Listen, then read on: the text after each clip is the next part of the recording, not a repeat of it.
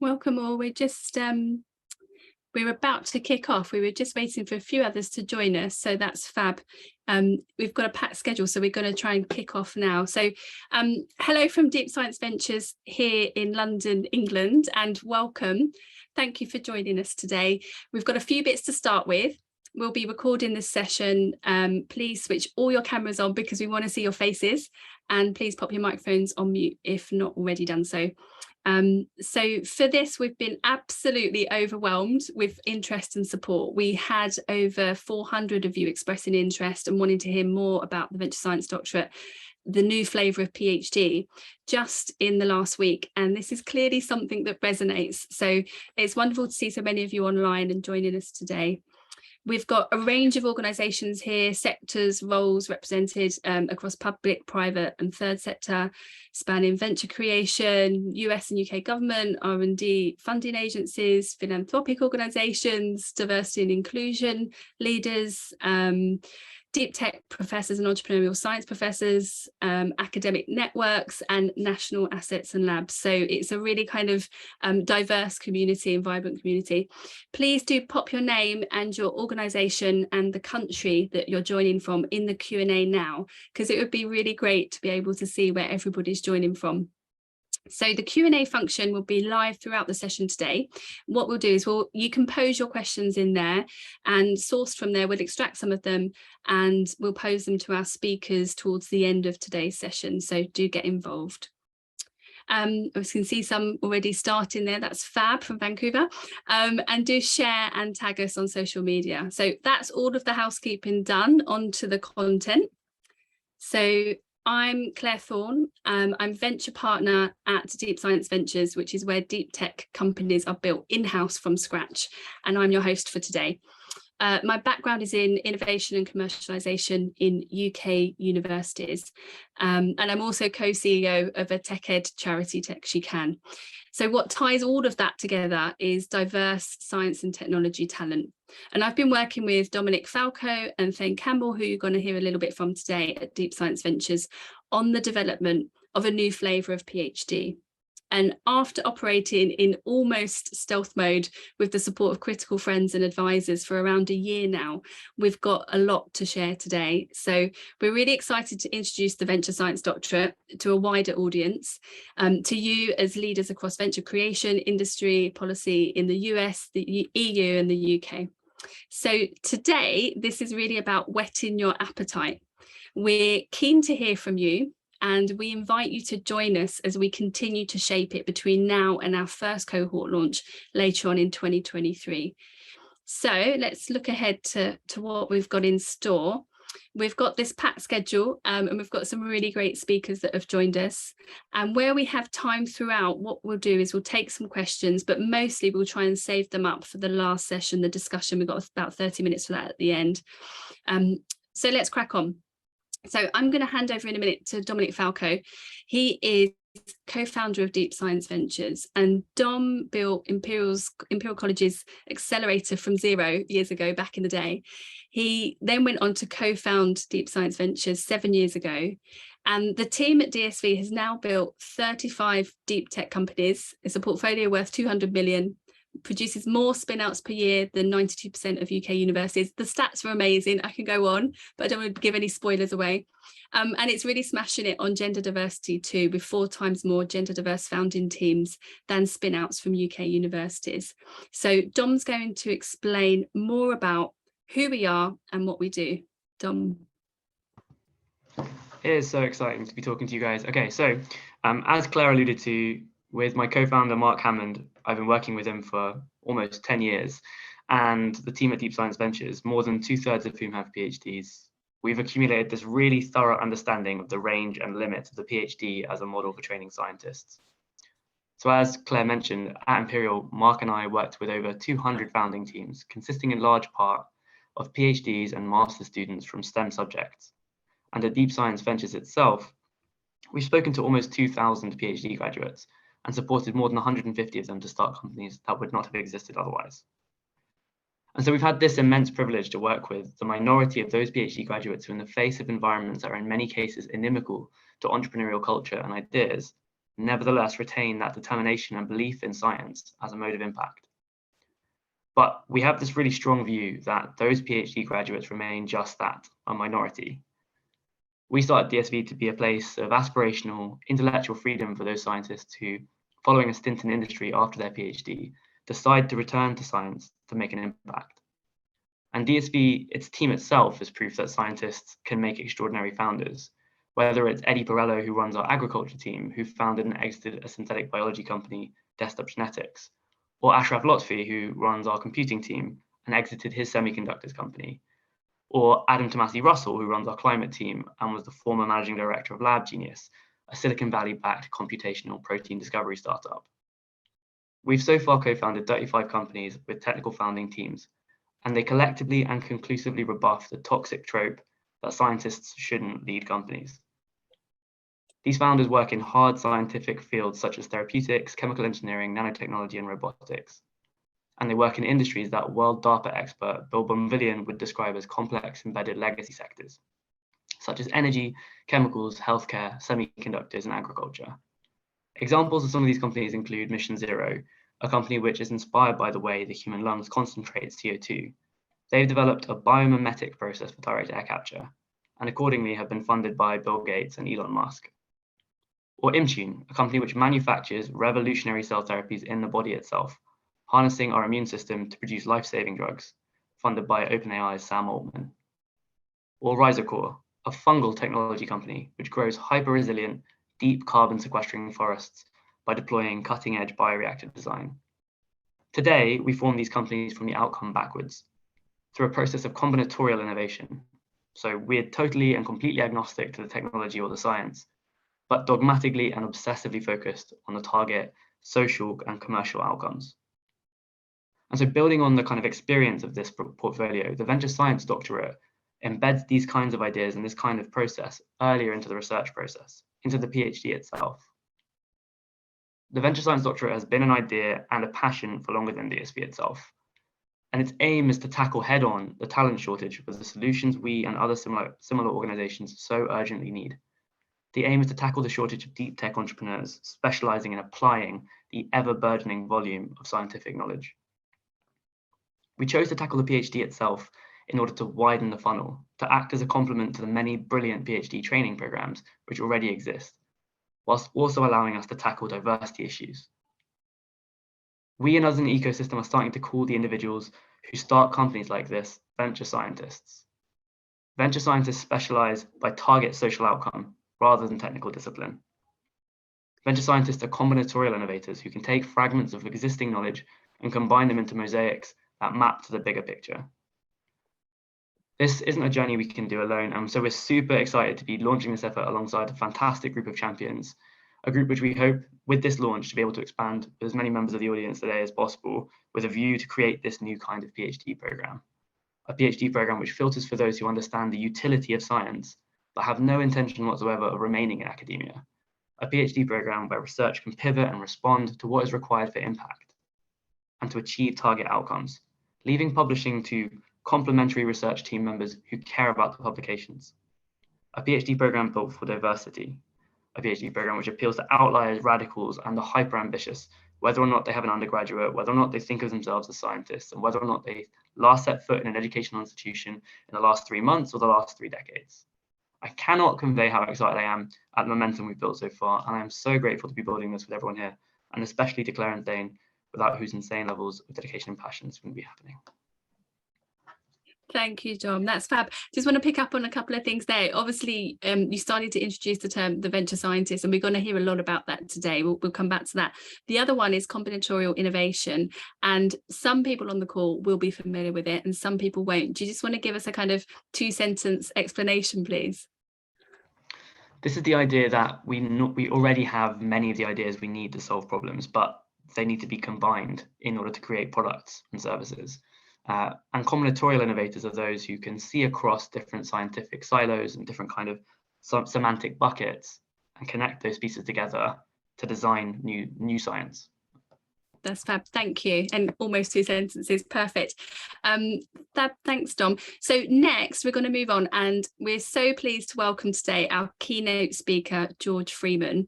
George is the former UK Minister for Science, Research and Innovation until July this year at BEIS, at the Department for Business, Energy and Industrial Strategy here in the UK. And also by background, he's a biomedical startup founder. Co-founder of Resume Foundation, working to get overlooked candidates work ready and into meaningful jobs.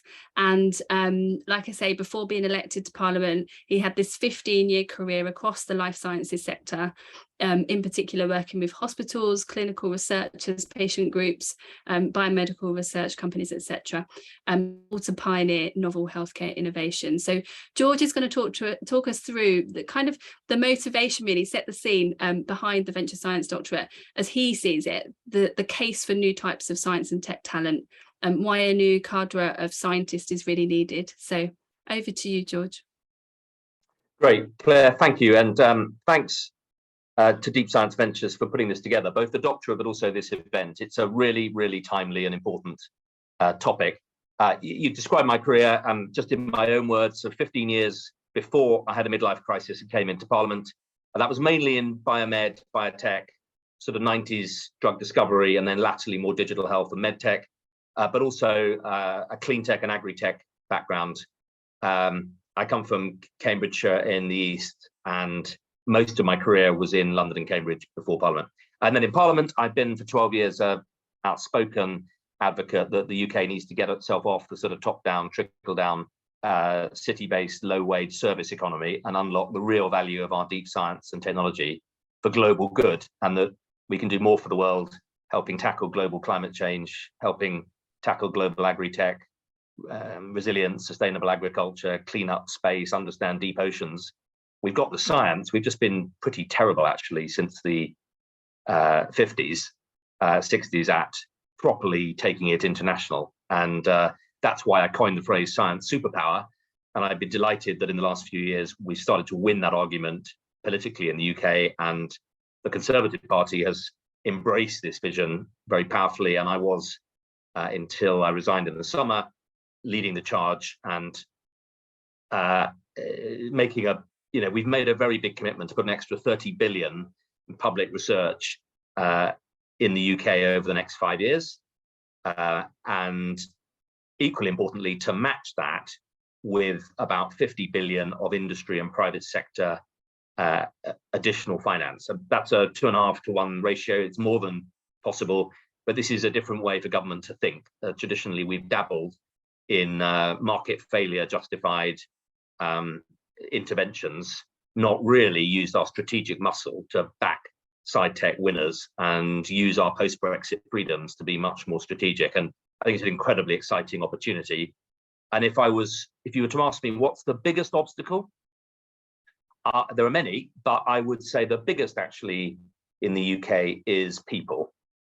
And what I mean by that is a mixture of, we've got phenomenal scientists, we've got phenomenal entrepreneurs, venture funders, but the people ecosystem, people who go across those different skill sets, as you were just saying, Claire and Dom. So that's a culture of people piece, but also some particular skill sets. We're very strong on the deep science, but if we don't keep up, we're going to fall behind in the engineering and the commercialization. And actually, I think post-Brexit and some of the difficulties we've had with defining our role in the EU and Horizon, I think we've triggered some doubt in the international research community. Is Britain trying to be a science and technology superpower behind a visa wall, or are we going to be an open and international research economy, which I'm deeply committed to?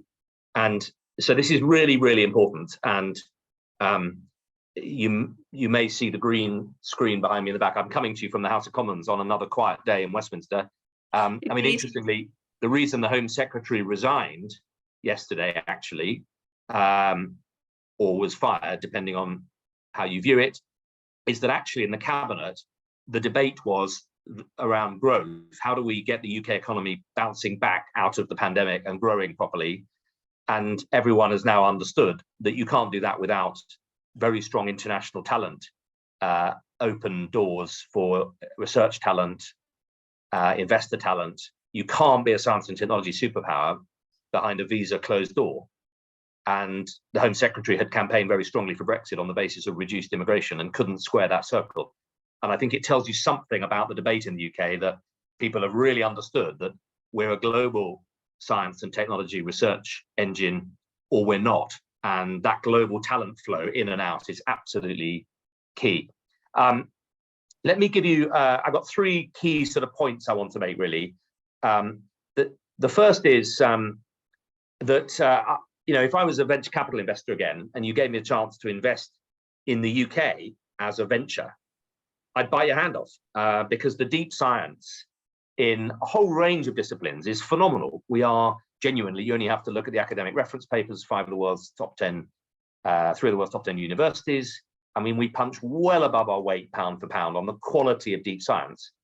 The real challenge is, can we connect that better to viable spin-outs? We're now pretty good at spin-outs. The real challenge is scale-ups, and can we connect to the city and give companies growing here the ability to go global with world-class capital and world-class talent?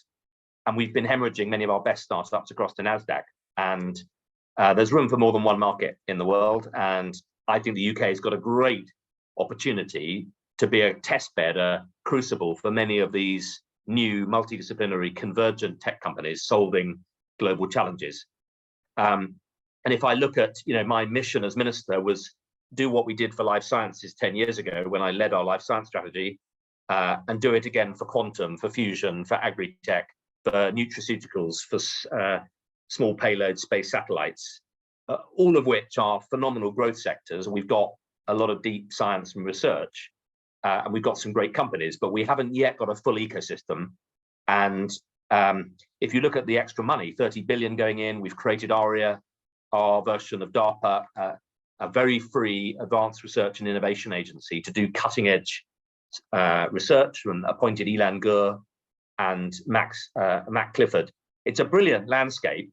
Nearly 20 billion a year of public R&D and a 10 billion Horizon international program. I mean, if you can't make that work and make the UK into a really exciting incubator, then you shouldn't be in business. So we've got a huge opportunity, and I'd be very excited about it. I am excited, but I think internationally, being a relatively small country, the coterminous advantages of, we debate whether Oxford is too far away from Cambridge and London, but from Shanghai, Singapore, and San Diego, it's London, Oxford, Cambridge is one sci-tech cluster. It's only 40 minutes. I mean, it's about as long as it takes to get across the valley. I mean, it's one cluster. And in fact, the UK, if you include our South Coast Marine Technology Cluster, the South Wales Compound Semiconductor Cluster, the North Wales Small Nuclear Cluster, the Glasgow Satellite Manufacturing Cluster, the Norwich Agri-Tech, we've got about 30 of these clusters in the UK, and we have a huge opportunity to invest in them, attract investment, and develop the international career paths so that people in them can train globally and international people can come into them. So first point, we have a huge opportunity, but it is actually being held back on the people side. So my second point is that I think policymakers in the UK have forgotten the golden rule of venture investing. It was certainly my golden rule, Dom. I'm sure it's yours, that a good team can make a bad technology work. A bad technology, a bad team can easily drop the ball on a great piece of tech. It's the team and the skill set and the culture of a team that is the key to real value investing. And if you've got a great team, they'll get you out of jail every time. And I think we've forgotten that sometimes in the UK. We put a lot of money in on deep research. We worry a lot about government funding and funds, and we worry a lot about institutions and infrastructure and buildings. But I really worry that we have created a career landscape, a career path that is pretty hard for people, the living and breathing human beings, whether they're new entry research scientists coming in who want to make a difference, do something exciting. We've made it very difficult for them in the early stage when they're probably partnering up, thinking about trying to buy a first home, maybe start a family. That's when your career certainty is at its lowest. We've also made it really difficult for really high-flying research leaders, top labs, to resist the 4 or 5x salary increment from industry or from well-funded startups. We can't take people for granted. And our research landscape is pretty, I think, pretty top down, pretty bureaucratic, pretty constraining, doesn't reward excellence enough. And, you know, we're taking a lot of our top talent for granted. And I worry that, you know, people are going to leave. And that's why in my reform agenda, I had 4 big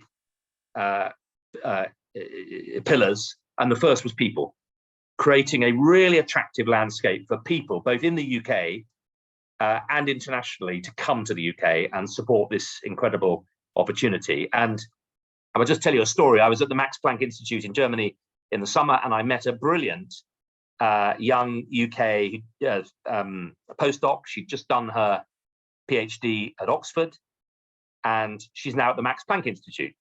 She's 28 or 9. And I said, did you want to leave the UK? No, absolutely not. Did you have any links to Germany? None. She now has a German boyfriend, and quite soon she'll be starting a German family, because she's been offered a 10-year, fully funded research fellowship by the Max Planck Institute, and she can choose any of the 80 research institutes in the Max Planck Society to go. They're all pitching for her, and it comes with full funding for her, for a technician, and for a postdoc research, a research assistant. And that's the way you attract the best people. And that's why, as part of my reform program, I was wanting to launch a big international fellowship program. Crucially, both, third point, deep science. So to make sure that we're really creating exciting career paths for people on the front line of, you know, whether it's the deep physics in quantum, or the deep neural pathways in AI, or, you know, the deep biological science in mRNA, or crossways, the multidisciplinary pathways, the people who are looking to combine the best of biotech, neural pathway mapping to try and solve net zero. So I think we need both X and Y axis, deep and lateral career paths, and crucially, to the point that Deep Science Ventures are making with this project, helping to create pathways that help people to commercialize. And as I went around universities as minister here, the culture is so different from the 25 years ago when I started out, when there were very few homebred UK scientists and researchers who were going into, or envisaged going into, commercial work, unless they maybe were going to industry to join ICI or a big company. Now, our universities are stuffed with incredibly exciting young talent who want to use science to change the world. And we've got a really smart 2nd, 3rd gen investor base, but I don't think we've got the career paths that help. We've got, you know, people, the academic structure says stay and do a PhD, get a professorship, take over the lab. And if you step out into a spin out, you often lose your pension, you lose your academic entitlement. This is nuts. We should be creating easy pathways for people to be in that space between deep academia and spin outs. So there's a whole pathway thing that I think is crucial, both at a local institutional level. If we really want to make our clusters exciting places, the key to a cluster, it's a low risk place to move your family to pursue a career in a high risk sector. Cambridge is a low risk move, because if your biotech goes down, there's thousands of others. To really make a place low risk, you need those career paths. So it's crucial at a micro level, but equally it's crucial at a macro level. If the UK is going to be a global sci-tech powerhouse, we're putting in the public funding, we've got the research, we have to attract the people. So I'll stop there. I think this is incredibly exciting, and all power to you. And if I don't return to government, and if I do, I hope I can do everything I can to encourage your work and to support you. George, that was absolutely fabulous. Thank you. I want to pick up on a few points. We've maybe got a couple of minutes. The point around pathways is something that I personally saw from the other side, from the university sector, where increasingly academics are expected to be exceptional educators, exceptional researchers, but also do this innovation activities on the side, and not necessarily be trained to do it. So it was often considered an afterthought or accidental. I think there's a few themes that you mentioned. I think central to it is this notion of mobility and porosity, and the two worlds, be a venture scientist or whatever we want to call them, being able to straddle two worlds simultaneously, and throughout their career trajectories move in and out of both, do both at the same time. There was also the idea of mobility around beyond your country or your region, and collaboration with the US and UK. And then also you talked about retention and rewarding, and acknowledging and recognising the career academics for their excellence and being able to retain them. So lots in there, and I'm sure we'll be able to unpack some of that. I wonder if, Dom, you wanted to come back at one of the points that George raised. Yep. George raised lots of relevant points. Which one specifically? I think the one where he referenced you. I was going to say there's a number of things that I really resonated with in George's talk. In particular, the idea that we need to do more if we want to attract and retain the most ambitious people and ambitious scientists and ambitious technical talent in the UK and in Europe. And I think initiatives like this, which expand the range of definitions for ambition for people with STEM degrees, surely have to be part of the answer. And I think that also speaks to the mission of organizations like ARIA that George was instrumental in getting off the ground, which are explicitly about raising the ambition of research conducted here. I think the point around ARIA was interesting, actually. I wanted to come back on that because obviously you mention it and we welcome it. It's wonderful that it's been established, it's up and running, and we hope to work with ARIA.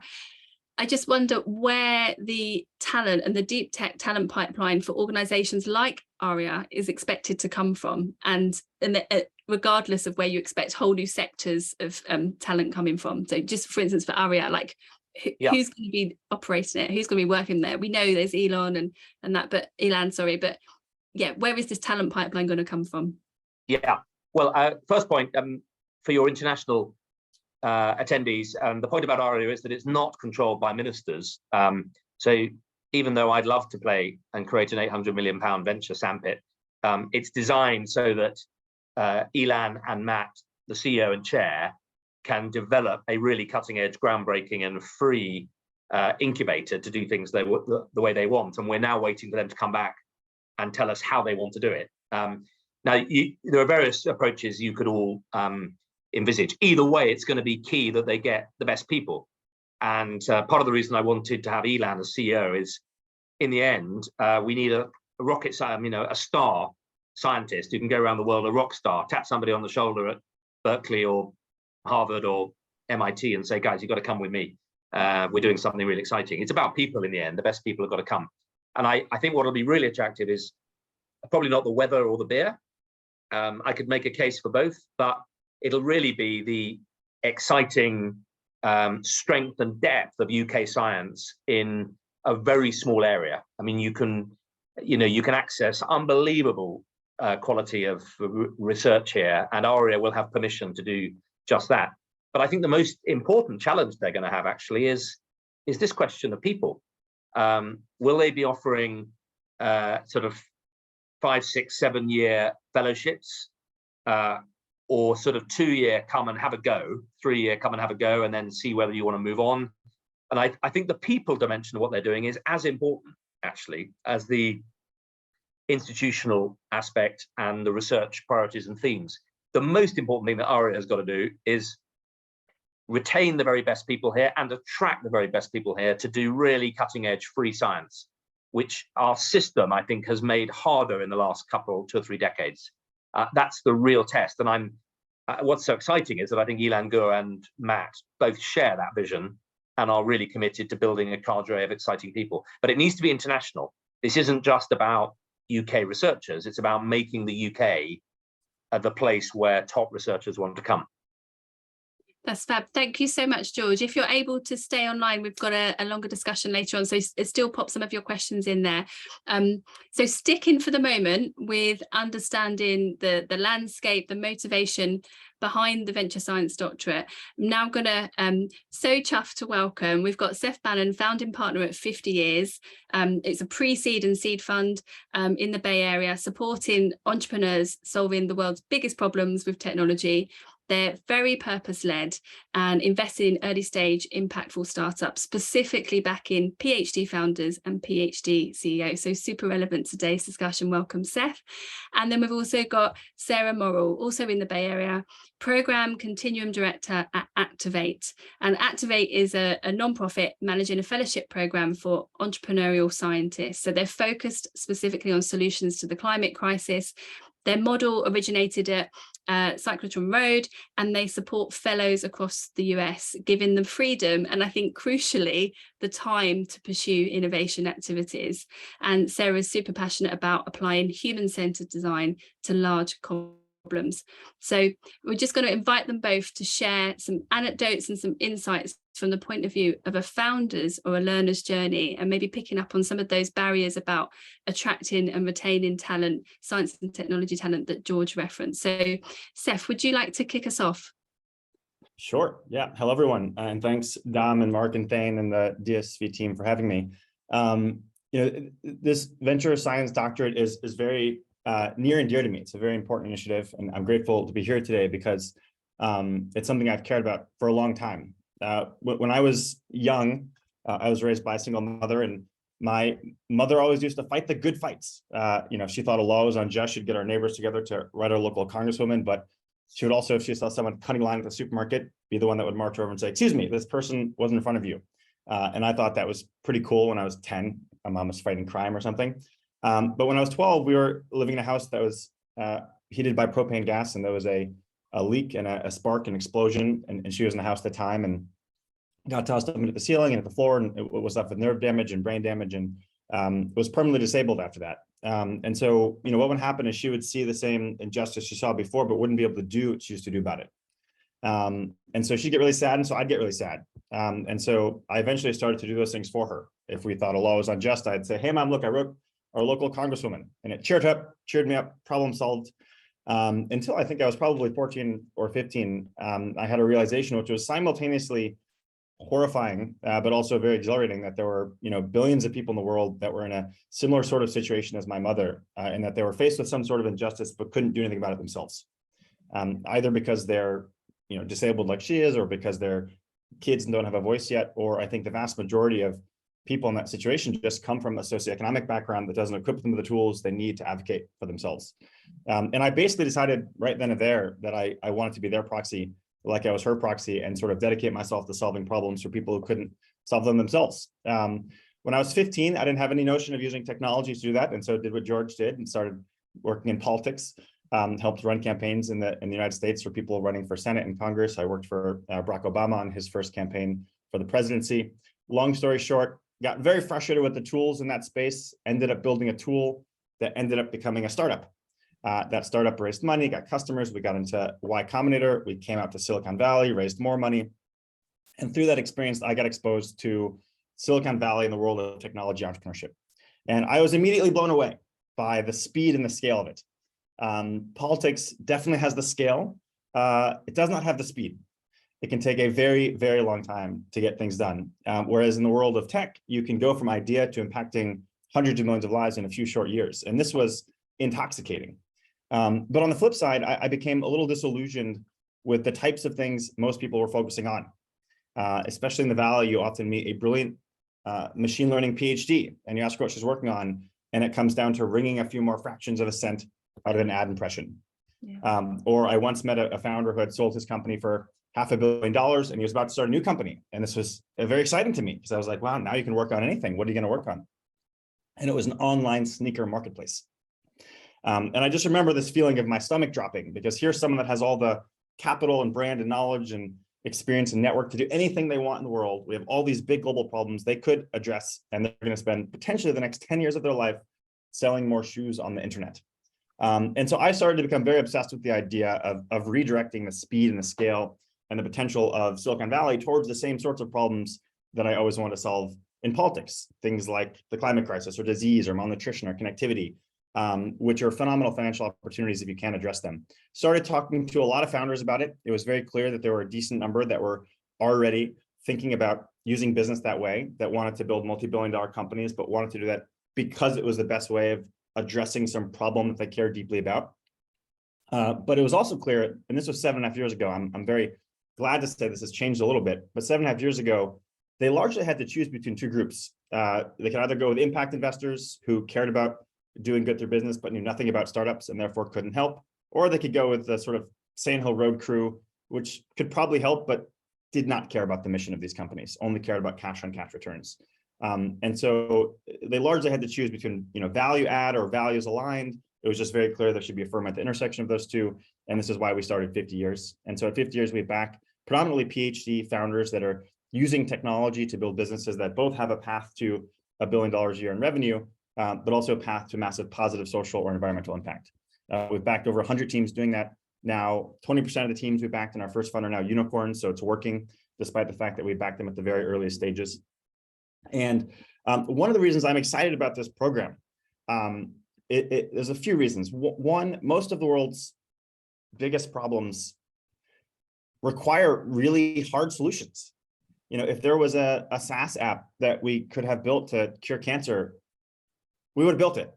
If there was a mobile app we could have built to solve the climate crisis, it would have been built already, right? We're pretty good at building SaaS apps and mobile apps. But the nature of these problems, the reason they remain unsolved is because there are no easy solutions, right? The solutions to these problems are really hard, and they often require people with deep scientific knowledge and scientific training. And one of the things I've learned is that academia is an extreme example of untapped potential. So I sort of expressed earlier how I was frustrated that Silicon Valley had all this amazing potential, but was sort of misdirecting it. You see similar things in academia. A lot of the problems to the things I just mentioned are being developed in an academic lab right now, or have been developed in an academic lab. But they often don't get manifested in the world. They don't get brought out into the world as solutions. They end up in a published paper, and then that's it. And then they never actually see the light of day after that. And a big part of the reason is that the path from academia to entrepreneurship is an incredibly, incredibly difficult one. It's ironically probably easier to start a startup if you're a sophomore in college dropping out than it is if you're a PhD in a top academic lab. And this is something that really needs to change. And if we can change it, not only will we create massive wealth creation, but we'll also solve a lot of these big problems. And as we see it, there's predominantly three big issues with why more PhDs from top labs don't start companies. So first is that the culture of academia views entrepreneurship as somewhat uncouth. So most PIs consider it an absolute failure if their best PhDs and postdocs do not also become PIs, right? Don't also start their own labs. And if you want to start a startup, they're almost embarrassed because they're thinking, oh, geez, I'm going to have to tell all my friends that one of my lead PhDs started a startup. They sold out. And this is changing. There are a handful of labs now. The George Church lab at Harvard is a great example where George Church says, hey, if you want to start a startup on this idea, that's just as cool as starting a lab. And I support you in that. But it by far and away is not the standard. And this prevents a lot of amazing PhDs or postdocs from even considering that they might actually bring out into the world their innovation in the form of a startup, which is typically how it scales. The second problem is that most of what you learn that makes you a great researcher, or much of what you learn, makes you a terrible founder. And so in order to make the transition from researcher to founder, you have to go through this unlearning process. And then you learn how to be an entrepreneur. And just one example of this, in academia, you are taught to communicate by giving data, and then immediately listing the 5 ways your data might be wrong. This is how you communicate well in research. If you communicate that way as a founder, people's eyes will glaze over, they'll fall asleep, no one will believe in you, you won't be able to raise money, you won't be able to recruit, you won't be able to sell, right? And so you have to learn to communicate in an entirely different way. And there's many examples of that. And then the third problem in our book is that the tech transfer process is broken at all but a tiny, tiny, tiny handful of universities. So typically, the inventor of the technology does not own the technology. The university owns the technology. And if they want to start a startup based off of that, they have to go through this long and arduous negotiation process with the university. Many universities would much rather get $1 million from some big company that's probably going to take the IP and put it in a box somewhere and never look at it again than they would to let the inventor potentially build a $100 billion startup around it. And also many of these universities don't understand the way startup financing works. And so they think taking 50% of the company is a really great idea because that'll help them build the endowment, not realizing that if you take 50% of a company, it makes it unfundable. And so there's many ways in which the tech transfer process is also broken. And the reason I'm really excited about this program is because it can help across all three of these domains, really. And I honestly believe that helping more PhDs start more companies could be one of the greatest unlocks in terms of impact creation that the world has seen. So I'm very enthusiastic about it. I know a lot of other people in Silicon Valley are enthusiastic about it, and very grateful that the DSV team is pushing it forward. That's wonderful. Thank you, Seth. So much in there. It's such a powerful personal story and personal journey. Yeah, lots to touch on. So I think that your point around, the off-ramp, the route from academia into entrepreneurship or venture creation being seen as uncouth and almost like a failure, the fact that you're not being retained when 80% of science PhDs in the UK at least aren't retained in academia. So it happens. I think is probably linked to part of what George was talking about around the cultural piece as well, and that's the bit that we need to get right. I was also going to come in on, the point around TTOs mostly at universities around the world being broken. I think technology transfer offices have a lot to learn in this space. I've personally been on the other side and, been leading a TTO, and it's a constant battle, and it's not set up for venture creation and for success in that respect.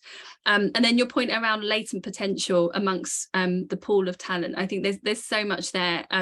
It's really disheartening when you talk about machine learning PhD and they're trying to just shave off a few more seconds in whatever it is they're coding or whatever it is they're looking at, and they're aiming for the 100% solution because that's what academia teaches you to do. So much in there. I'm going to introduce Sarah now. So Sarah, did you want to do similar? Talk a little bit about your personal journey, where you got to today, and why you're excited about this. Yeah, hi. I was about to say good morning, everyone, but I realized probably for most of you, you're in a very different time zone than I am. Except morning, Seth and evening. Yeah, morning, evening. I think we're all on Thursday. But yeah, I'm really excited to be here. Like you said, my name's Sarah. I'm with Activate, and we have a very similar mission to empower scientists to reinvent the world by bringing their research to market. And so excited for the work of this new PhD program that's going to do something very similar, and excited to collaborate and work with DSV on that. I want to focus in on that idea of empowering scientists, and Seth spoke a little bit to this about what a fundamental mindset shift it is for any person to go from the academic world into the world of entrepreneurship.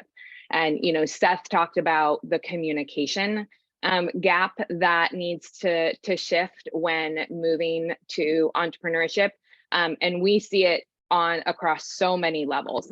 So we at Activate run a 2-year fellowship that specifically focuses on supporting folks coming out of PhD programs in the United States. So already having done the work of creating that technology, or starting to create that technology, and shepherding them over the course of 2 years to bring that research to market. And so when we think about that empowering piece, that's really where my work comes in. So I have a background actually, and decidedly not in science or in entrepreneurship, but in leadership development, and thinking about what are the ways experiential learning experiences can be transformational in shifting skills, knowledge, and mindsets of leaders to solve incredibly hard problems.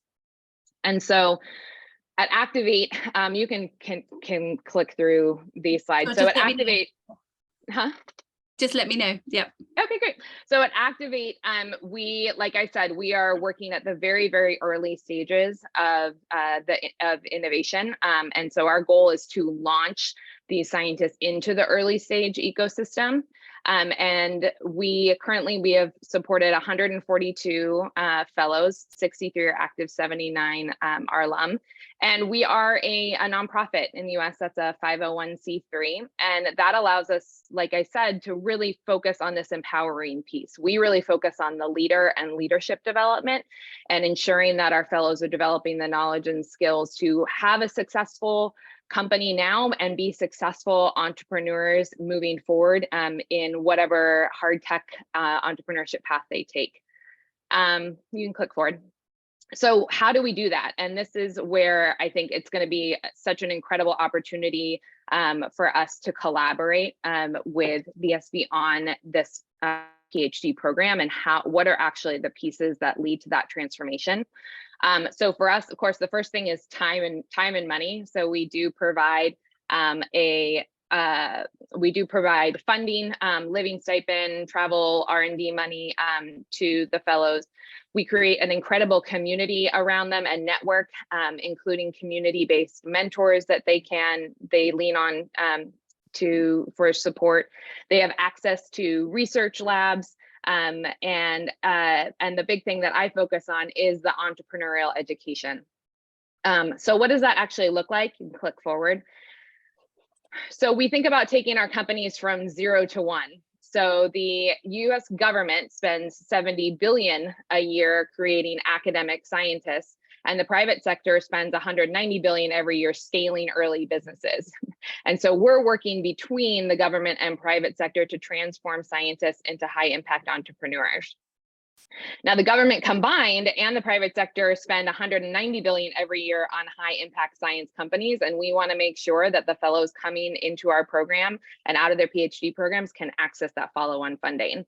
And so that looks like starting the Activate journey. They have this time and space to explore and set their roadmap, attract follow-on funding, and then to validate a first product. So we are able to launch them into that early stage innovation ecosystem with some footing underneath them to do this incredibly hard thing.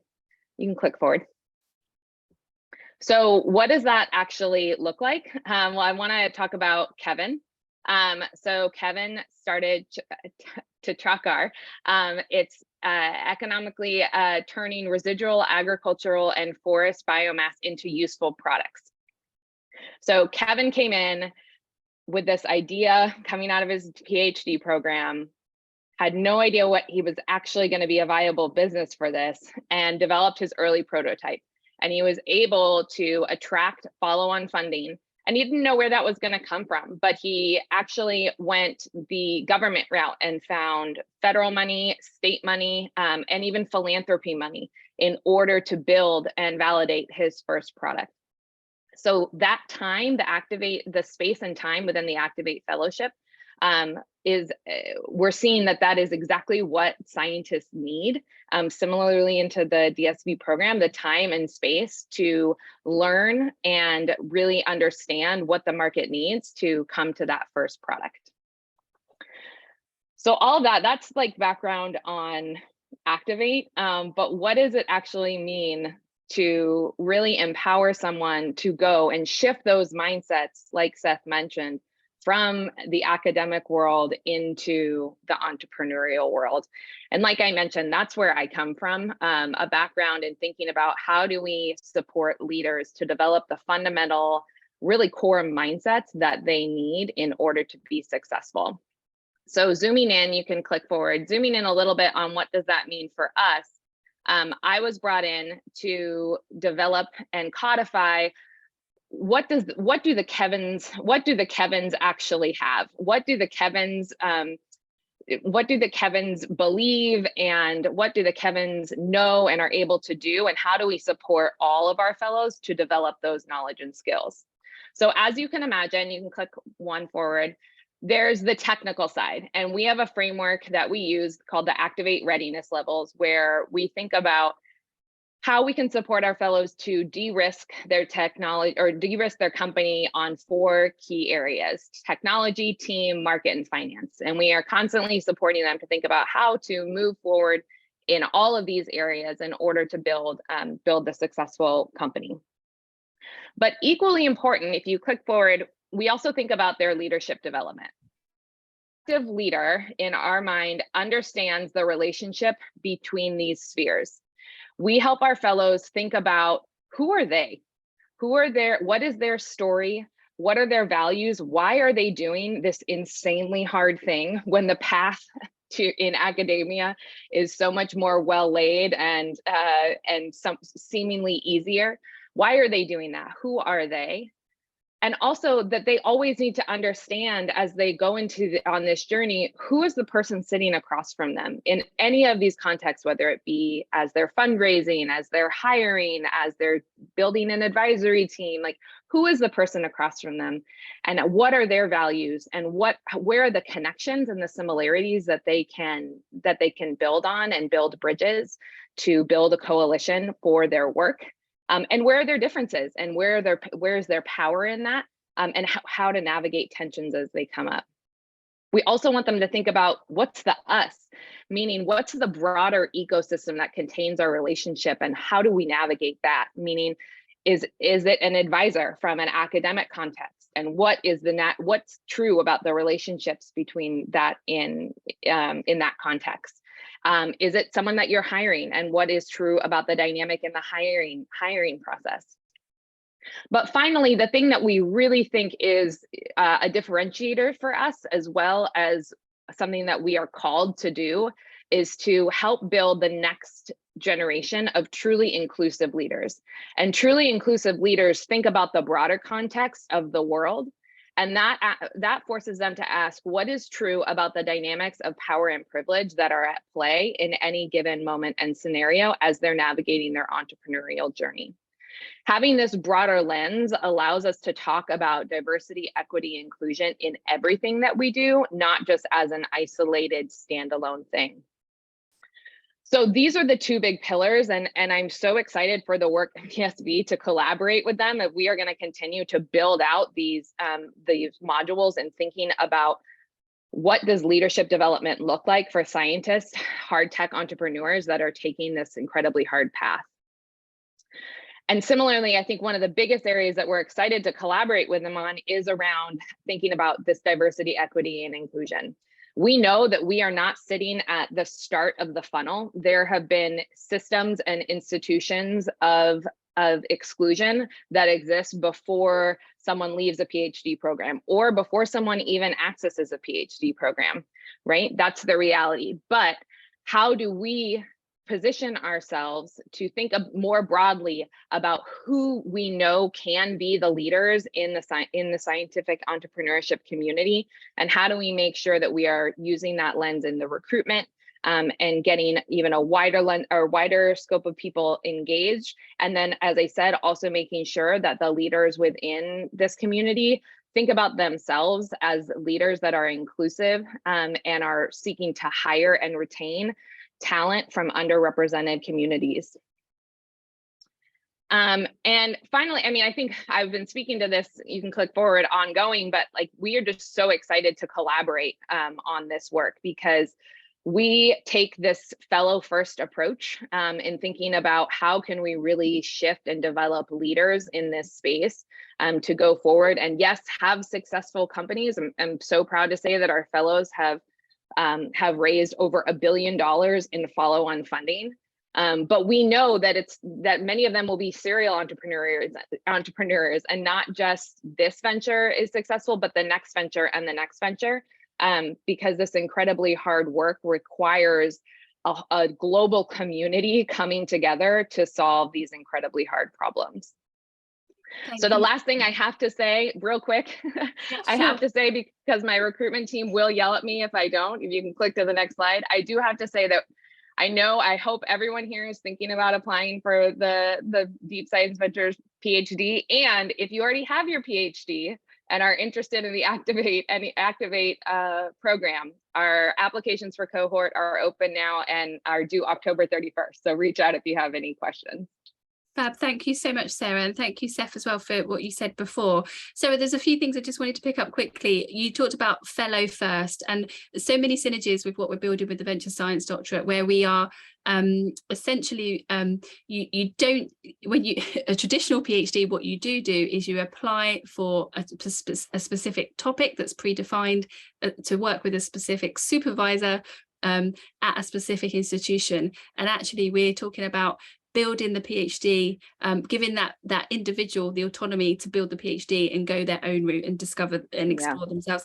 And then also you talked about you know, the path that's well trodden, and you know, the question of why would anyone be able to choose this path of least resistance, or not be able to choose the path of least resistance, where least resistance is going through the traditional route. Inclusive leadership as well, D&I as standard, diversity and inclusion as standard, again resonates with what's at the heart of the Venture Science Doctorate. And then also with Activate, obviously I understand that you have this dual model where you have both virtual and co-located connected communities, so at Boston, New York, Berkeley, but then a virtual one as well. And what we're doing with the VSD is really we'll hear more from Dom Thane in a sec, but it's all about a virtual decentralized model that we're adopting. I just wondered if Seth, you wanted to add anything after hearing Sarah speak? No, that was very, very well said. It's all very important work. So for both of you, why do you, you know, one or both of you could answer, why do you think it's so important that we work earlier on in the pipeline and that we create a venture scientist at the PhD point at that particular moment in their career? So I would say a few things. So one, the direction of technology development that a PhD might choose to take can be very different if the goal is a published paper in a high impact journal, or if the goal is a product or service that solves a real problem and is able to be sold in the world. And of course, there's a lot of overlap between those two, but academic journals care about novelty. They don't actually care about usefulness. They don't actually care about real world application. They don't actually care about solving a big problem. They care about how novel is something and how interesting is it. And so if you can catch them early on, the entire trajectory of their research may change such that when they're ready to save a year or two of having to take innovation that is scientifically crisp, but is not yet sort of engineeringly crisp in the way you need to for a startup, and just go, right? And therefore, they might get to the innovation and be able to bring it into the world years before they might otherwise be able to. It's an accelerated pathway, yeah. Yeah, I think I totally agree. I mean, I think what we've said, we spend, one of the core mindsets that we focus on is the mindset of creating value and shifting that from creating best technological specs, right? And we see all of our these incredible scientists coming in say, oh, well, I just need to create the best technology. And it takes us, you know, sometimes 2 years to really shift that mindset to actually focus on creating value. And if you can start that earlier in the pipeline, I mean, that's a conversation we are always having of how to start that earlier in order to shift that mindset to focus on value creation. That's fab. Thank you both. I think in the interest of time, we're going to crack on, but hopefully you can stay on the call and we'll direct some questions towards you towards the end. So I think now is a really good time to start to give you a little more information, a little more background, and introduce the Venture Science Doctorate. So here we go. We've got Thane Campbell. So a colleague, he is project lead on the Venture Science Doctorate. So he's full-time on this. This has really been, you know, he's been living, breathing it for over a year now. And he's going to tell us more. Thane. Thank you, Claire. And thanks to everyone coming out today from the US, from the UK. I know we've got people from Norway, the Bahamas, where I hail from, and beyond. So thank you to everyone. We really appreciate you coming out to hear about this deep tech alternative in doctoral training. And so I'm going to tell you about the Venture Science Doctorate, why we're doing it, how the curriculum was built, and the 3-year journey. But I first have to speak briefly about my motivations and why I'm so excited to lead this initiative. And so I loved my PhD. It was fascinating, it was challenging, and I got to do important work to improve patient outcomes. I actually worked at the cutting edge of medical imaging, and my medical imaging sort of training and research allowed me to be a part of this team building an optic fiber to actually go into the human lung. And I developed a method there for reading the immune system. And actually that builds us towards faster clinical trials and more accurate lung disease monitoring. And in addition to getting my experiments done, I had so many opportunities to think broadly about PhD training and how much creative space we actually had as PhDs to raise funding for projects, to run conferences, to get startups started, and to work towards almost any long-term goal. And so I joined interesting scientific communities. I worked with GlaxoSmithKline scientists developing my technology, and my experiences made me think critically about what society actually needs from science and innovation. How can doctoral training supply the science and technology workforce to meet the challenges we face today? We have space today, as you've been hearing from Seth and George and Sarah and Dom already, about the space that we have in PhD training to maybe bring commercial analysis into the training and to bring entrepreneurial attitudes in that would aim science at our challenges. Patenting is one way, one of the main ways that science solves problems today. But when the US is producing 2 patents per 100 STEM PhDs, as it is, we can do more to arm graduates with the real-world insights and the tools they need to make meaningful technologies. Patents aren't everything, though, and so we also need highly skilled people to use these technologies. In the UK, 80% of STEM PhDs do not continue in science careers post-graduation. That's really startling Royal Society statistic. And it's a shame because 80% of STEM PhDs actually intend to, according to Nature. Meanwhile, we have communities and governments struggling to find highly skilled people to work on the climate crisis and healthcare delivery and our food systems. We can smooth the commercialization path for high impact inventions with strong market pull to create deep tech jobs and start to solve these problems. My own technology was supported in writing by GlaxoSmithKline, but our commercialization process was retroactive and unclear. Instead, we could have one proactive and clear, automatically moving proven technologies with market pull forward. And so we heard from George Freeman today. I won't comment too much on the larger scale today, but I really resonated with his comments about how applied science clusters that we have so many of actually need initiatives like the VSD to make the career path less sort of punishing and more rewarding, and to drive the cultural change that he was talking about as people move from academia to deep tech entrepreneurship, something Seth also spoke really well on. If you're interested in hearing more, if we could move to the next slide there, actually on the national and the global case for VSD, we have written about this. Please check our Day One project policy proposal, Forging 1,000 Venture Scientists to Transform the Innovation Economy, where you'll find lots of our thoughts and more information on how VSD serves society at scale. But well before the policy proposal, I knew we could make the improvements that we're talking about today for PhD systems and for innovation systems, because my PhD had 3 months for us to work anywhere in the world.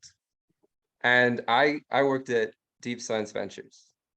And I saw this model, this moonshot R&D lab, where scientists like me could ask, what is the most important question in my field?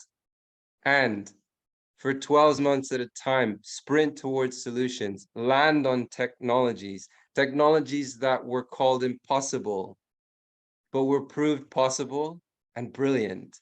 And it was amazing, an amazing research environment that then I returned to PhD training from, like one might return to Plato's cave, because my time at DSV helped me to realize some things that I really couldn't see before. How well resourced and blessed we are at universities to, as PhDs, to have certain freedoms. Difficulties, yes, but also certain freedoms. We could walk freely into the offices of world-leading experts and come up with powerful interventions for real commercial needs. We could then freely walk back to our lab spaces and benches and prototype. And why don't we? Why is it slightly bizarre to frame PhD training in that way today? And how could we make this the norm for dedicated and inventive people? And so you've come to hear me talk about the Venture Science Doctorate. This is our answer. It's an optimized and truly inclusive runway for deep tech entrepreneurship. And our vision here is to give the world's most diverse and entrepreneurial innovators the freedom, the networks, and the investment they need to solve the world's hardest problems. And we're doing this with a world-class multinational coalition of universities and industrial research teams, government agencies, and venture ecosystem builders.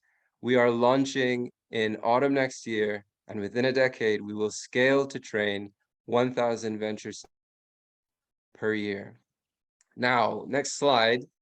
Let me tell you how the Venture Science Doctorate works. The VSD is a 3-year venture-focused, outcome-centric program nested in a distributed institution and run diversity first. Let me explain.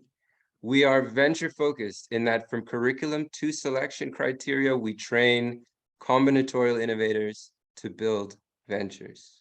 We're outcome-centric, with each candidate spending a full year conducting bottleneck analysis on their sector before lab work. Being a distributed institution means that after year 1, candidates are matched with a sequence of the world's most entrepreneurial professors and lab leaders, opening their labs to combine techniques across disciplines for solutions. And being diversity first means that our program is designed from recruitment, mentorship, through to pedagogy, to be a path for women, Black and minority ethnic individuals, and all of us. And so our curriculum, sorry, skip forward one slide, thanks. Our curriculum builds on the traits of our ideal science founder and removes barriers to STEM PhD training. And so we really thought long and hard for the last few years at DSB of what are the traits and characteristics that make the ideal science founder, and how do those attitudes and the sets of knowledge and skills come together? And so these are things like magnetism with skills like concise storytelling that we have designed into every learning objective, really to pass on the competencies, the habits of mind that we find in our best founders across genders, nationalities, across ethnicities. And these are the core aspects of how we've built the curriculum. So this is how the curriculum is structured. But importantly, this is game changing for a really important part of the PhD system, which is recruitment. And we've heard about how we're all thinking about diversity and inclusion. What this does, which is game changing for recruitment, is that actually people with these traits now make stronger applicants to VSD than your more conventional PhD recruit. So we're broadening access to STEM PhD. In VSD, people of all races, of all backgrounds are recruited not for the content of their CV and their grades primarily, but for the content of their character and the things that they love to do. And so with new incentives for societal impact, with broadened access to STEM, we are making science and technology more equitable for all. In health and in climate and in agriculture and in computation, back one slide, thank you. I think there was a mix-up. In these four sectors, you can build a sector scale science company in 3 years. Sorry, if we could go back to the slide with the curriculum. Yeah. No worries. Okay. Perfect. And so in health and climate, agriculture and computation, you can build a sector scale company, science company in 3 years. And so before recruitment, this means that we are working with universities and industry. We are defining commercial challenges together. And then the work is set up with the labs ready to support recruits to come at these challenges. So let's say we recruit you. In year one, you'd use DSV's methodology. You'd start with a societal outcome and map an industry to reveal high leverage points for that sector. These become research projects, which we can rank by impact and feasibility. And your DSV founding supervisor is assigned to you from day one. In year two, you would then enter the lab. You would begin your research and you would begin prototyping. That would progress, and in year three, we're really now thinking about prototyping across disciplines and incorporating. So you'd complete your prototyping.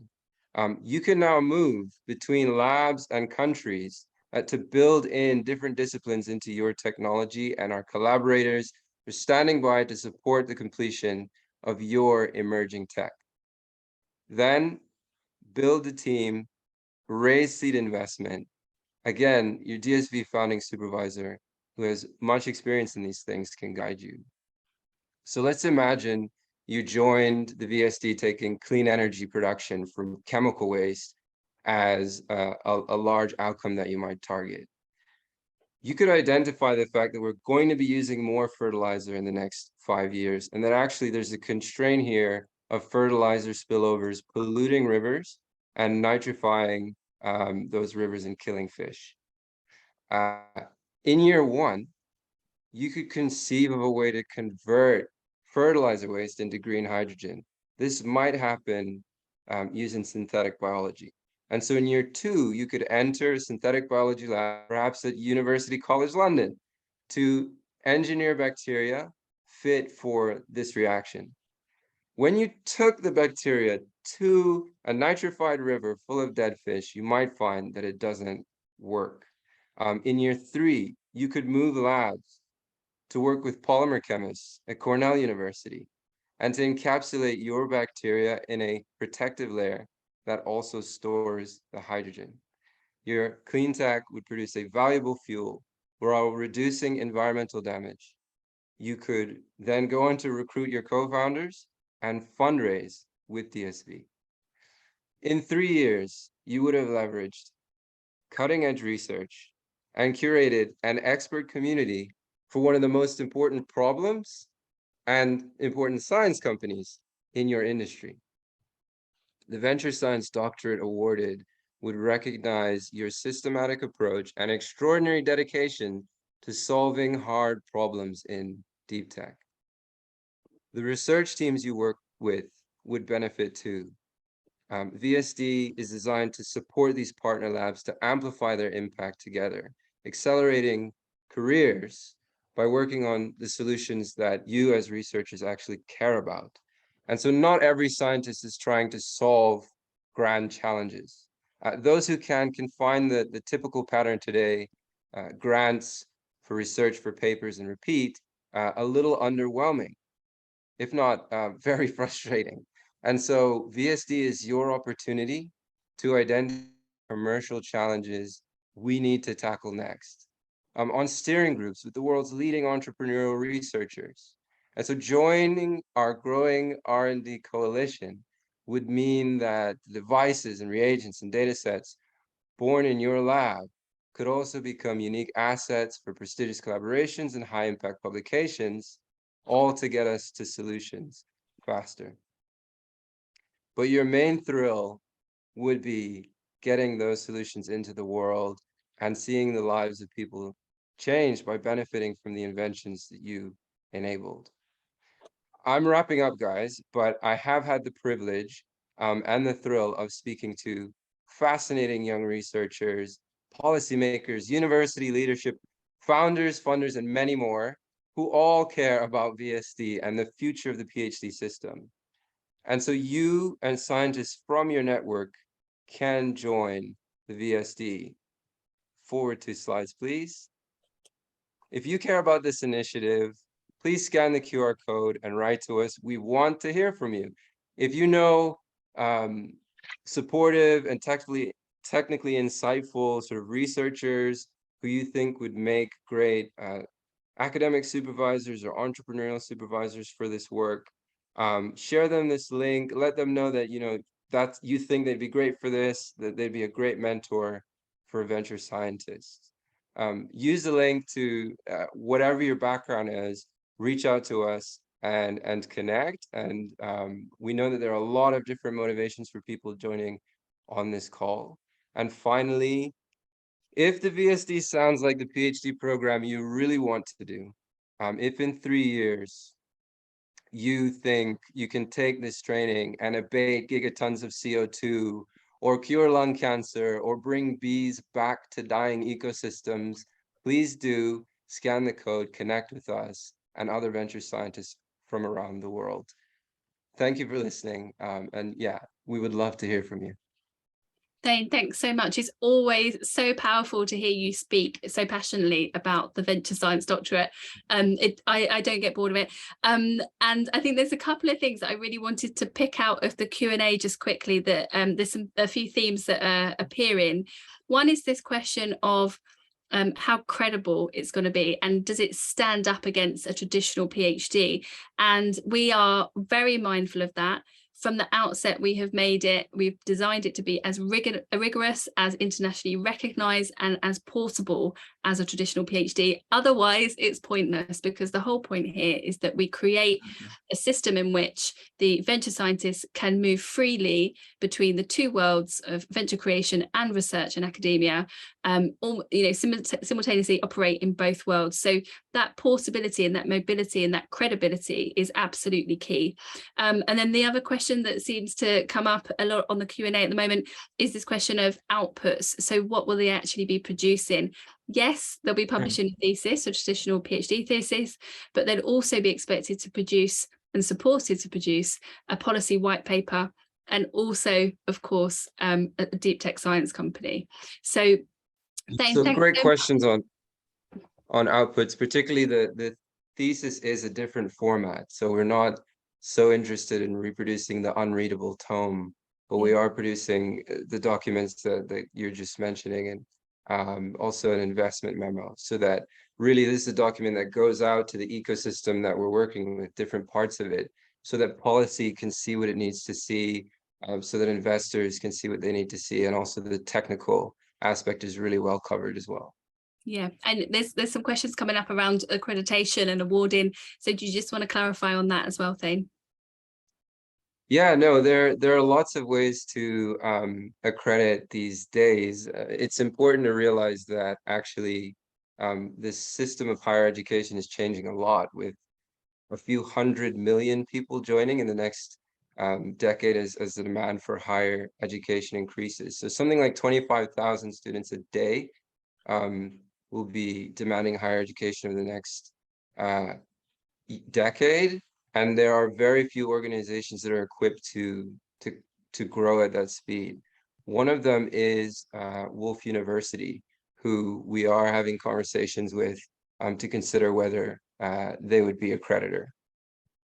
So awarded by Deep Science Ventures and accredited by others. Thanks, Thane. So, you know, the QR code's there. If you're a researcher, a supervisor, a graduate, a funder, a diversity champion, a founder, or a national lab, any of the above, please do reach out. Like we said, we're a year from launch and it's been over a year in the making. We've got backing from global science policy and corporate sponsors. We've got a supervisory network of the world's most entrepreneurial science professors, a curriculum, an accreditation model, and delivery partners. So we've come a really long way. And for this last session, before we open it up properly to audience Q&A, we're going to hear from some of our most active supporters and advisors. So we've got Tom Kalil, Chief Innovation Officer at Schmidt Futures and former Deputy Director for Technology and Innovation at the White House Office of Science and Technology Policy, no less. So Schmidt Futures is a science policy philanthropic organisation founded by Eric and Wendy Schmidt, and their leadership team have advanced US innovation system development under the Clinton and Obama administrations. We also have Lina Arbelaez, I don't know if I've said that correctly, Head of Decarbonisation Ventures Corporate VC at Anglo American, and there Lina's helping to accelerate the zero carbon transition through climate tech investments, commercial partnerships and advocacy, building and investing in early stage deep tech businesses. And Anglo is a global company leading the transition to carbon neutral mining, decarbonising supply chains across the world. Also, we have Professor Ramana Nanda, Director, Institute for Deep Tech Entrepreneurship at Imperial College London, also Professor of Entrepreneurial Finance and the Safarim Rock Professor at Harvard Business School and advisor to Conception X. And then Tom, Lina and Ramana are joined by Priya Guha, MBE, Venture Partner for Meriam Ventures, which is a VC focused on investing in women-led innovation, and board member at UK Research and Innovation, UKRI. She also other NED positions and a former career diplomat. So I first met Priya many years ago in her former role as British Consul General in San Francisco. So welcome to you all. Thank you for bearing with us. So we're a little bit behind. Tom, perhaps we can start with you. Why are you back in the Venture Science Doctorate? Sure. I'm going to tell you a couple of reasons why I am excited about this idea.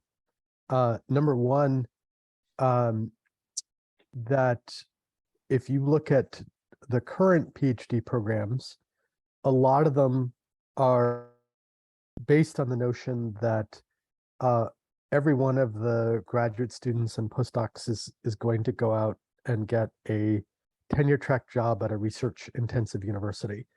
And actually a very small percentage of graduate students and postdocs wind up in that position. And I believe strongly that research universities need to do a much better job of preparing students for a broader range of career opportunities. Yeah. And deep tech entrepreneurship and the commercialization of research more broadly is definitely one of those. So that's number one. Number two, another challenge of the university is that the world has problems and universities have departments. And there is an imperfect mapping between disciplines and the challenges that we face in the world, whether it's allowing people to live longer, healthier lives, or feeding 10 billion people on a hotter, drier planet, or accelerating the transition to a carbon neutral economy. So I really like the focus on outcomes. I'm interested in the role of combinatorial innovation. I think that a risk of traditional doctoral training is that it can encourage people to be too narrow.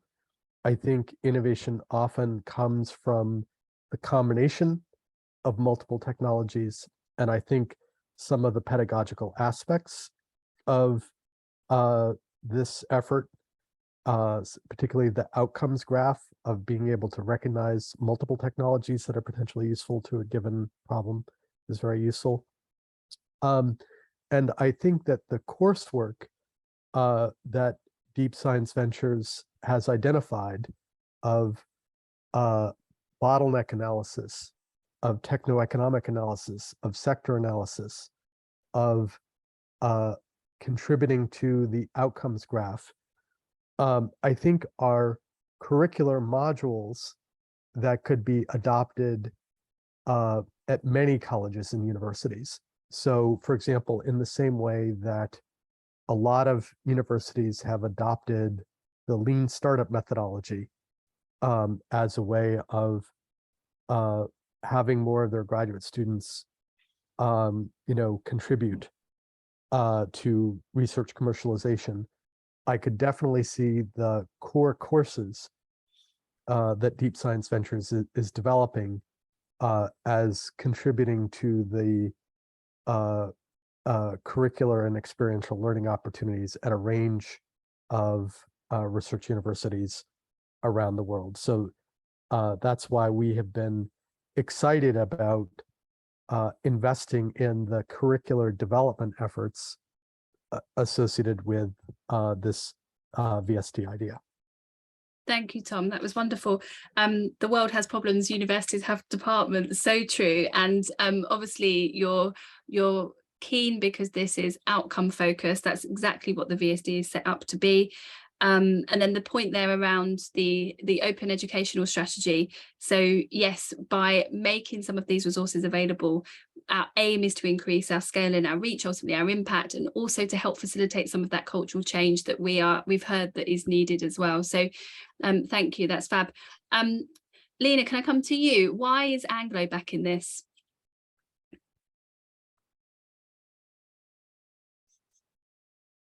Just realized I'm on mute. So thank you very much. So we are investing in, we are doing investing, accelerating and creating startups in the climate space. And Anglo America's purpose is to reimagine mining to improve people's lives, because mining will provide the metals and minerals required for a low carbon world. And we are committed to delivering these metals and minerals in a way that is sustainable. But in order to achieve this, we have developed an innovation-led pathway to sustainable mining and our sustainable mining plan, which is built around 3 pillars, a healthy environment, thriving communities, and trusted corporate leaders. So with this context, you will say, well, that explains why the interest in the doctorate program. And I will say partially yes, and I will give you 3 additional reasons which are closely linked to that context. And our interest in the doctorate program comes from our willingness to go beyond, and go beyond in 3 fronts. The first one is to go beyond in our commitment beyond our mandates. Second, go beyond in speed. And third, go beyond with Deep Science Ventures. So let me explore one by one. So to go beyond in the commitment is go beyond our, what is beyond our direct remit, and contributing with our capabilities to solve identified problems. And I want to unpack these 2, the problems and the capabilities, because this may resonate with companies and make it more tangible for potential candidates. In the solve problems, so we constantly look for solutions and innovations at the frontier of science, and unfortunately, we often find less than we want. And as the IEA said, that much of the tech or science to achieve the net zero still needs to be created and accelerated, and we fully believe in that. But on the contribution, we also believe that by participating in science companies on areas where we can have a disproportionate impact, contributing with our capabilities, it's our responsibility and our opportunity to do that. And just to give an example of which areas could that be, let's say applied knowledge. So we have in our business, and we work in we will work in partnership with potential candidates. We have pools of experts that can help even in definition of those problems. We have what we call climate positive assets. We have huge extensions of land, access to forest, access to water, which could help, for example, with pilots and imagine nature-based solutions companies. Then our position in the value chain, we have established partnerships in the form to support our customers' efforts to decarbonize. So that could be also a way to drive pilots, etc. So that's that's to explain beyond commitment. So second, how to go beyond speed. And early on in my career, I'm originally from Colombia, and I was very curious to understand what is behind, the difference between one country being so advanced in innovation and one being behind. And I did a study on two national systems of innovation to compare. So I studied Spain national system of innovation and compared to Colombia. And then back then we said, the impact and that an innovation system can have is linked to the depth and speed of the relationships within different players in the ecosystem, the universities, then the technological centers, the funding, and then the applications to society. So with this type of programs, I feel as purely accelerating these interactions because it's fully aligned from inception. So we could design as a company to wait and see for those innovations to come, but we prefer to roll up our sleeves and make the contribution and help accelerate that. And then on the third beyond is go beyond with Deep Science Ventures. As you mentioned, we have been working in the past together, and actually a couple of the ventures that Dom mentioned at the beginning, Mission Zero, Supercritical, that have investments from Breakthrough Energy Ventures and from Lower Carbon Capital, were created in working on American, and we are very proud of them. And so we are looking forward to more successes as well, working with Deep Science Ventures. Lina, I love that. Go beyond. Yeah, that's exactly what we're trying to do here. Just briefly, if you could just say, obviously you like you said, you're familiar with Deep Science Ventures. You know the pace at which those in Deep Science Ventures work and the scale of their ambition. What are you really hopeful about in terms of the Venture Science Doctorate? What's your sort of big hope and ambition? I believe that with having a truly identified problem that excites, every, actor in the ecosystem and having their specific contributions, I think we can create and drive impact to society a lot faster than with traditional, the traditional way of being each of them very as independent. Accelerated discovery and commercialization. Fantastic, thank you. Ramana, why are you so excited about the Venture Science Doctorate? Because you've been involved steering us on some of this for a little while now. Why is it so important and timely? Yeah, thanks for having me here, and it's a real pleasure to have followed you, Claire and Dom and Thane, as you mentioned, over the last year, chatting about many of these things. So, for me, the big motivation here is that if we look at so many of the grand challenges that we face in our society, they increasingly depend on deep science, deep technology, and that is increasingly developed in universities because large companies, corporations are really pulling back from a lot of that fundamental research. And so we're in this position where we are going to be increasingly dependent on the solutions to our problems emerging from universities. And yet, I think we all understand and recognize that universities are not the best at doing translational work. And so I think we have this really big other grand challenge that we need to fix before we can solve the other grand challenges, which is how do we get stuff out of universities? How do we commercialize the great ideas that are being developed? And I do really believe it's a grand challenge. I think there's many different approaches to it. And I feel like one of the approaches is the one that DSV is taking. And it's very exciting to see you guys build this potential solution to this big challenge. So, one of the difficulties of going after a lot of the other people have gone is that they've said a bunch of the things that I might have said. So let me just, obviously we've spoken about the grand challenges.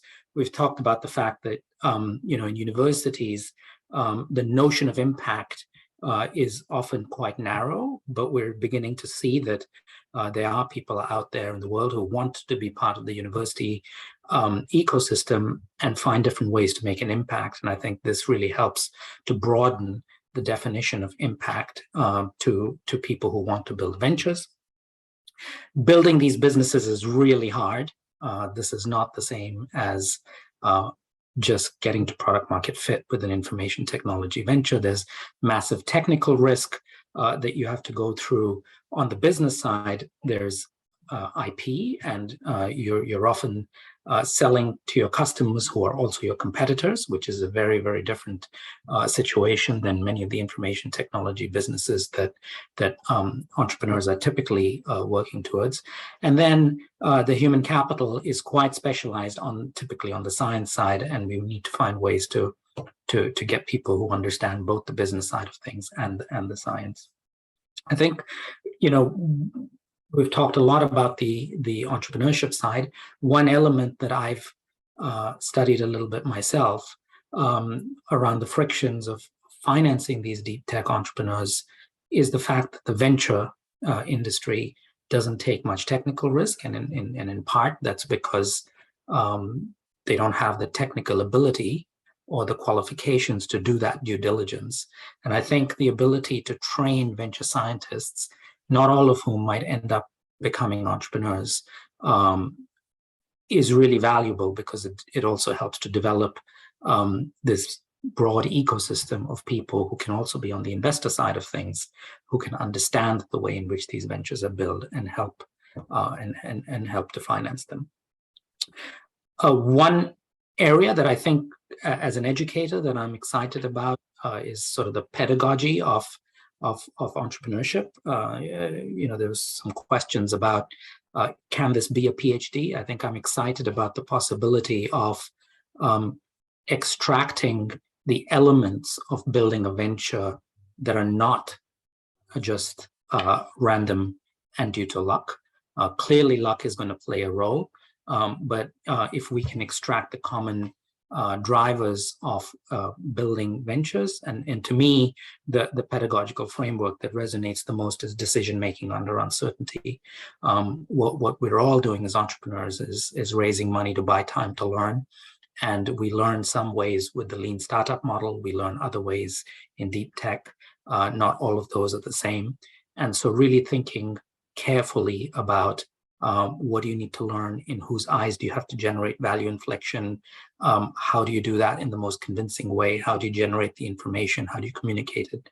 These are all elements that have both a substantive scientific pedagogical element as well as a tactical element that we've talked about. And I think the bringing together the two of those is really powerful. I think the last thing I'll say that I think holds a lot of promise, although I'm not sure you guys are going to go down this path, but I still think it's potentially quite interesting, is that most things that people are going to try are going to fail.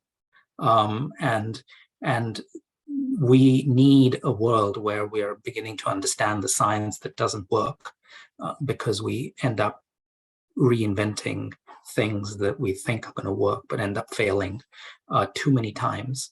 And one of the valuable elements of doing something like this is the ability to also generate to the pool of knowledge around what kinds of things didn't work out, and be helpful to other people coming down the line afterwards to not go down those paths.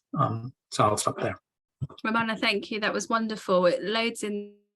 How do we get stuff out of unis? And I would say that, the Venture Science Doctorate is designed so that it's not in unis in the first place, but it sits somewhere in between.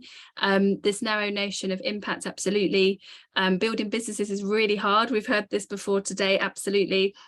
Businesses of this nature, and the venture industry doesn't take much technical risk. I think the point that you made about not all of the talent will go on that comes out of the Venture Science Doctorate Programme. We don't expect them all to be founders forever. We don't expect them all to be career academics forever, or even both forever. But what we do hope is that we will be creating a new type of talent. So those that are venture literate, and a whole pipeline of those, so that they could go into organisations like Ariane, George, and become program managers there, or they could go into the venture world proper. But it's a whole new type of talent that we're thinking about. So thanks so much. I'm going to move on to Priya. So Priya, welcome, and can you tell us a little bit about the view from UKRI and that world? Yeah, very much so. I mean, I think I should sort of preface everything I'm saying that, you know, obviously I'm here in a personal capacity, not representing UKRI, but I'm very happy to give you some impressions from the world that I sit in, bridging sort of government, investment and startups from various parts of the world, including my stint in Silicon Valley, as you mentioned in the introduction. I mean, I think as Ramana just rightly said, you know, coming at the end of the conversation means that lots of the points have been mentioned, but I suppose coming last in the conversation means that I can very sensibly do a recap, and hopefully that's helpful for people. So to just sort of recap on my perspective, and very much points that have been made and very eloquently by others who have come before in this session. I think the first really fundamental overarching point that George Freeman very clearly articulated is that, you know, we have major challenges in the world, whether we're talking about the challenges around climate, whether we're talking about challenges around healthcare, whether we're talking about challenges around food production. You know, these are major global challenges that bridge boundaries. These are not, you know, challenges that the UK alone or the US alone or Canada alone faces. You know, these are challenges that each and every country has a shared rationale to address and find solutions to resolve. So we come at this with that overarching need to find these global solutions for global challenges. And I think what we all know in our heart of hearts, and I suspect everyone on this call would agree with, is that many of those challenges will lie in academia, but historically we have provided a system that doesn't allow those challenges to be resolved because the academic excellence and knowledge is staying in that ivory tower, as we call it sometimes, and doesn't come out into real world practice. What does that mean? It means that our societies are severely impacted. We don't have the right solutions. We can't feed our populations. We are seeing a climate crisis coming ever closer and closer as a result. So this is a need, and a global need, a shared need that we need to address. What are the actual specific issues that this really engages with? I think one, it's around the culture that we have. A number of people have talked so far around a culture that actually separates academia and translation commercialization. The beauty of the Venture Science Doctorate model is that you're directly challenging that misconception that those two things cannot lie in parallel. Yeah. In addition to that, you're also looking at the interdisciplinary nature of challenging the problems we face. Problems are never going to be solved in isolation. And actually, again, what is really great about the way that you're thinking about this program is that you're looking across disciplines. How can we bring the brightest minds together, irrespective of what discipline they're actually from, in order to address these really fundamental challenges? And I think one of the things that it won't surprise you, Claire, to know that I really like about the program is the way that you have embedded inclusion. Not because it's the right thing to do, of course it's the right thing to do, but actually because we won't get to that end goal, the outcomes, the impacts that we're looking for on a global societal level, if we don't have everyone at the table in the creation of those. So the fact that inclusion is being designed from the get-go into how we think about the people that we bring forward with these Venture Science Doctorate programs is really, really welcome. Yeah. I had one final point to mention, and I'm not sure this one has actually been brought to the fore yet, so hopefully it's adding a little bit of value to the conversation, is a point that I have noticed as somebody who looks at, you know, both early stage companies, but also later stage companies on their journey. And I do think one of the real challenges for technical founders of spin out and scale up companies is that, as I think others has referenced in terms of the education they've received, it's a big switch going from academia to growing a business. And actually the skills and experiences needed are very, very different as that business scales. And unfortunately, what we see time and time again as a result of that is that many technical founders are not able to stay with their business through its full growth journey. So you'll get to a stage in that company, maybe a Series B or a Series C, where actually the technical founder is transitioned to a different position in the company or potentially even out of the company in order to bring in somebody who has the experience to build and grow a later stage business to exit. And one of the most exciting things I think actually about this program is it gives us the potential to retain the wealth creation in the hands of those who actually had the technical expertise to create the concept in the first place. So that is an additional point that I just wanted to bring to the table, because I think that's a huge advantage. Imagine a world where actually the scientists who created these fantastic businesses can stay there right through the journey of the company and be there to actually benefit both in terms of the impact, but also the financial benefit of staying there throughout its journey to exit, acquisition, or whatever the end goal might be. So just one other additional point to add to the table, Claire, but back to you. Priya, thanks so much. It feels a bit like Eurovision, isn't it? Back to you. So I love that last point. That I found it particularly insightful because it's not something that we have focused much on internally to date. It is something, a lovely artifact, you know, it falls out of the model, but this idea of elevating that technical founder, that technical leader, and retaining them and keeping them core to the mission throughout the journey. And I think that's wonderful. I wonder, Tom, Ramana, or Lina, would you like to come back in and respond to some of the points that you've heard so far? Sure, I'd be happy to. I mean, I think this is actually you know, it also ties back to what George was saying earlier about the opportunity costs of starting business and the remuneration that comes from that, and relating it to the culture of risk and reward. I mean, I think one of the things that we know about businesses is that there are these two very distinct phases, the 0 to 1 and then the 1 to N. And oftentimes you're on an entrepreneurial contract from 0 to 1, and then you manage a contract from 1 to N. And not all entrepreneurs end up making that transition. It's equally true in, you know, tech companies as it is in deep tech companies, but probably even more so, it's challenging for someone who has been thinking in a very scientific way to really start engaging on the business side of things, particularly because these business challenges are even harder, right? You've got to be thinking about regulation, you have to be thinking about enterprise sales, you've got to be thinking about all of these other dimensions that oftentimes someone who started an IT company may not have to be thinking about, particularly if it's consumer oriented. Yeah, thank you, Ramana. Tom, would you like to add something on that, or on one of the other points you've heard? Yes, I think this question about the capacity of venture capital to do due diligence in really complicated scientific areas is really important. I think some venture firms have lost that capacity. And so over time, I could see people with this skill set being part of that workforce, because we need early stage risk capital. And we need to be thinking about sort of the broader ecosystem of deep tech innovation.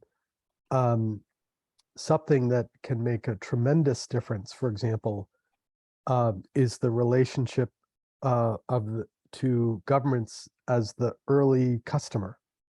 So for example, if you think about SpaceX and the development of the Falcon 9, NASA said to SpaceX, we want a rocket that can go up to the International Space Station, deliver and retrieve cargo, and ultimately astronauts.